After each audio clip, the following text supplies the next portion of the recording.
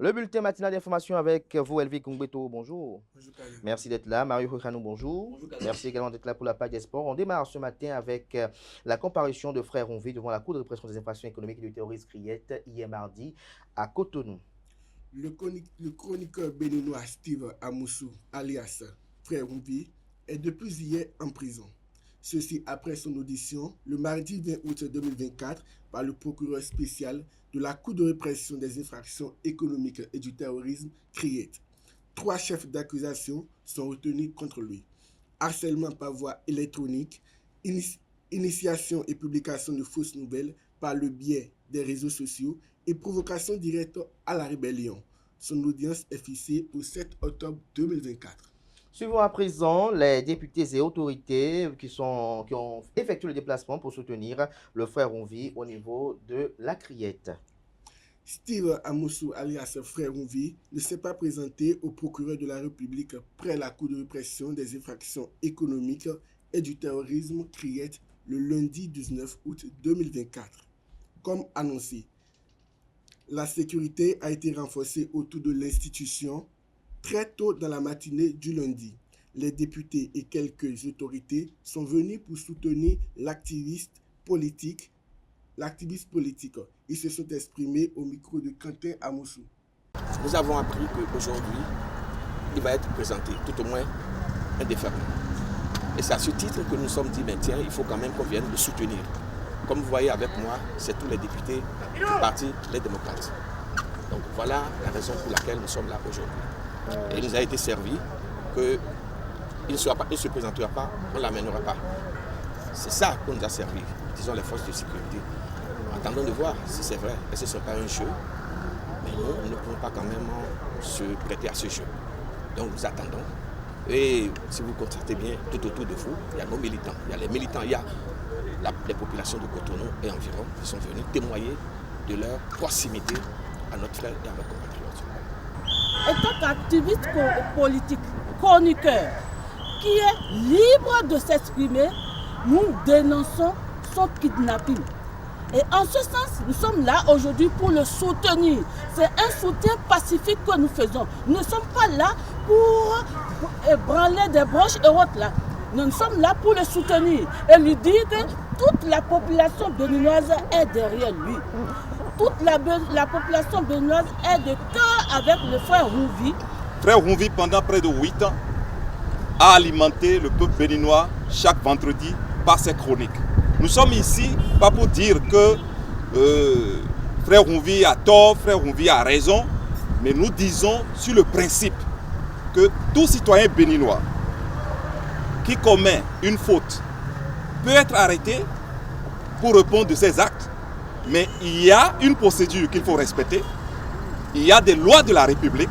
À la question de savoir s'il faut croire ou non aux prédictions des chefs religieux, quelques citoyens se sont prêtés à cet exercice.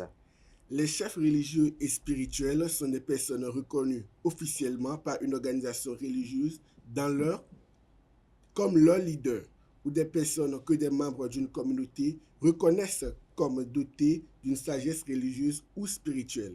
Faut-il faire et croire les révélations des chefs religieux et spirituels? Quelques citoyens béninois y répondent au micro de Francis Fahami, Quentin Amoussou et Nassirine Fatoumbi. Dieu a son plan pour chacun de nous. Le fait que Dieu a son plan pour chacun de nous, nous devons laisser Dieu faire son plan. Comment se fait-il que vous allez me dire que l'homme de Dieu peut te conseiller? Il va te conseiller en quoi? J'ai vécu l'amour que je vis. Il n'a pas vécu ça avec moi. Ou bien, c'est moi qui ai vécu cet amour-là. C'est moi qui sais ce que j'ai enduré. Maintenant, je viens l'en parler, lui, que j'ai eu tant. Comment il peut me guérir? Vous ne devez pas croire à tout ce qu'ils vous disent. Parce que, bon, chez nous, les musulmans, on est un peu différents de vous. Mais parmi nous aussi, il y a des musulmans photocopies. Il y a des musulmans photocopies falsifiées. Qui s'adonnent à ce genre de choses. Est-ce que vous voyez, il y a d'autres, tout simplement, ils profitent de la naïveté de certaines personnes. ce qui est bon, des fois on ne vous dit pas ça. Pour mélanger les gens, on dit tel vous avez, pour être contre la personne. Celui qui viendra te mentir pour dire, au lieu de dire, par exemple, tu dois te marier à 4 femmes, la personne vient te dire, tu ne dois pas te marier à 4 femmes, tu dois avoir une seule femme. Dans le même temps, lui, il va se marier à 4 femmes. La faute est à qui? Tout le monde cherche à être homme de Dieu, même les vaudounos. Même les vaudounos, les chefs fétiches, c'est des hommes de Dieu. Même les Big Bawiwe, c'est des hommes de Dieu. Mais il ne faut pas croire à tout, il faut faire la distinction. Pourquoi Dieu nous a créés alors? Dieu nous a créés pour l'adorer, pour le connaître d'abord et l'adorer après. Mais qu'est-ce qui s'est passé? Toi, tu n'as pas pu connaître les paroles de Dieu. Qu'est-ce qui s'est passé? Faut te poser cette... On finit avec ces citoyens qui sont rencontrés dans la ville de Cotonou et qui ont opiné sur la dot de nos jours. Une dot désigne dans le langage courant l'apport de biens par l'une des familles ou par le fiancé au patrimoine de l'autre ou du nouveau ménage. Elle accompagne le mariage dans de nombreuses cultures. Autrefois symbolique, elle tend à perdre ce caractère et semble être un fonds de commerce pour certains parents. Quelques citoyens rencontrés dans la ville de Cotonou se sont prononcés au micro de Quentin Amoussou. Non, pas fonds de commerce, puisque toi qui veux te marier, tu dois aller voir les parents de la fille. Et il y a des cérémonies qu'on doit faire. C'est une très bonne chose. Mais d'autres prennent des enfants d'autrui et mettent dans la chambre. Et ils ne veulent même pas aller voir les parents. Mais en son temps, s'il y a un dégât, donc, banama, vous allez vous retrouver en prison. Mais si tu fais des dots, là, ça veut dire que tu es parti demander la fille auprès des parents.